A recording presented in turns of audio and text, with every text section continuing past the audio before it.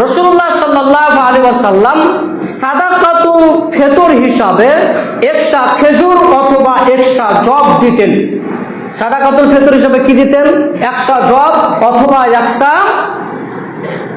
খেজুর তিনি সাদাকাতুল ফিতর হিসাবে দিতেন। ইবনে খুজাইমা হাদিস নাম্বার 2404।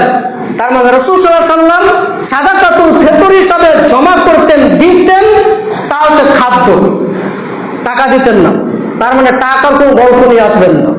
হাজারো মুহাদ্দিস নেমে আসুক, পৃথিবীতে কোনো গল্প শোনা হবে না, আলেমদের কোনো মত শোনা হবে না, কোনো যুক্তি শোনা হবে না। রাসূল নিজেই বলছেন যে আমি সাদাকাতুল ফিতর জমা করতাম খাদ্যদ্রব্য দিয়ে। তিনি খেজুর দিতেন, তিনি জব দিতেন 100 পরিমাণ। তার মানে রাসূল সাল্লাল্লাহু আলাইহি ওয়াসাল্লাম নিজস্ব আমল, তিনি নিজে আমল করে দেখিয়েছেন যে তিনি খাদ্যদ্রব্য দিয়ে সাদাকাতুল ফিতর দিতেন। অতএব এখন যদি কেউ টাকা যোগ করে, টাকা বাতিল হয়ে যাবে। কেন বাতিল হবে? আল্লাহ তুল আমালকুম, আমরা করলাম না যে রাসূল যা দিয়েছে তা নিতে হবে, আল্লাহ যা দিয়েছে তা নিতে হবে। যদি তা বাতিল হয় তাহলে আমল বাতিল হয়ে যাবে।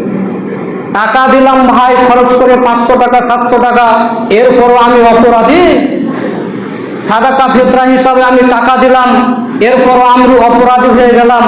আপনার বিবেক বুদ্ধি হয় না কেন? আপনি বলছেন যে এত খাটা যাবে, টাকা দিয়ে দেবো, ঝামেলা শেষ।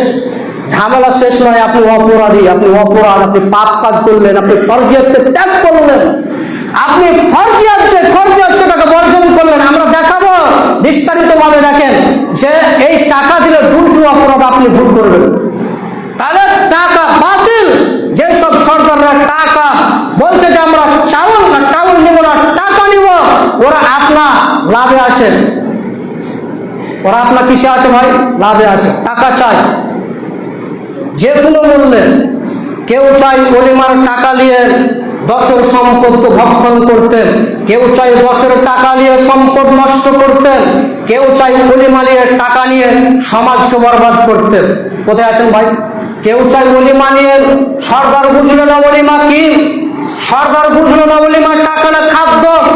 আমরা ওলিমা সম্পর্কে একটা বক্তব্য রেখেছিলাম, আপনি ভুলে গিয়েছেন মনে হয়।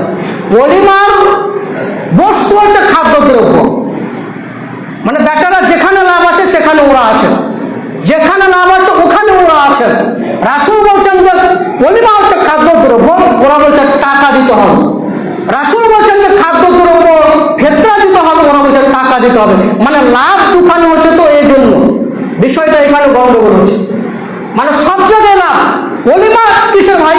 একজন মানুষ খিলিয়ে দিল, চাকরি খিলাম, ভাড়া বাহির থেকে লোক নিয়ে এসে খিলাম, তারপরেও তাকে ওলিমার টাকা দিতে হবে 5,000 700 1200 টাকা দিতে হবে। ভুল সিদ্ধান্ত। কেন জুলুম করছেন মানুষের উপর? কাল কিয়ামতের মাঠে এসে যাবেন, আপনার চোখ অন্ধকার হবে। অতএব ওলিমার টাকা না যায়, ওলিমার টাকা না যায়। যেসব সরকার ওলিমার টাকা নেই, এটা নাজায়েজ কাজ করলো, এটা নাজায়েজ কাজ করলো, এটা অন্যায় কাজ করলো, এটা জুলুম কাজ করলো, অত্যাচার কাজ করলো। ওলিমার টাকা ফেরত দিতে হবে, ওলিমার টাকা নেওয়া যাবে না। চাইছে 10-এর খরচা নিয়ে মানুষকে বিভ্রান্ত করতে, 10-এর টাকা নিচ্ছে, ওলিমার টাকা নিচ্ছে, আগে কত টাকা নিচ্ছে ঠিক নেই। এরপর ওদিকে তো শেষ হলো 11টা বছর শেষ করলো, এরপরে শেষ চলে এলো ক্ষেত্রাতে বলছে চাউল চলবে না, টাকা নিবে। তুমি কে ভাই? তুমি কোথা থেকে আসমান থেকে ভব করে যে বই নিয়ে এসেছো যে টাকা চলবে না, চাউল চলবে না, টাকা দিতে হবে? যদি টাকার বৈধতা প্রমাণ করতে হয় তো আবার মুহাম্মদ সাল্লাল্লাহু আলাইহি ওয়াসাল্লামকে পৃথিবীতে এসে বলতে হবে, পৃথিবীর মানুষ শোনো, আমার ভুল হয়েছে, আমি বুঝতে পারিনি যে মিসকিন ফকিরের টাকাটা বেশি কল্যাণকর হতো, এটা আমি বুঝতে পারিনি। শোনো, আজ থেকে চাউল দেওয়া যাবে না, টাকা দিতে হবে। এটা মুহাম্মদকে আবার পৃথিবীতে আসতে হবে। অতএব মুহাম্মদ সাল্লাল্লাহু আলাইহি ওয়াসাল্লাম পৃথিবীতে আসবে না। চূড়ান্ত সিদ্ধান্ত ফতোয়া এটাই হয়েছে যে খাদ্য দ্রব্যের টাকা ফিতরা দিতে হবে।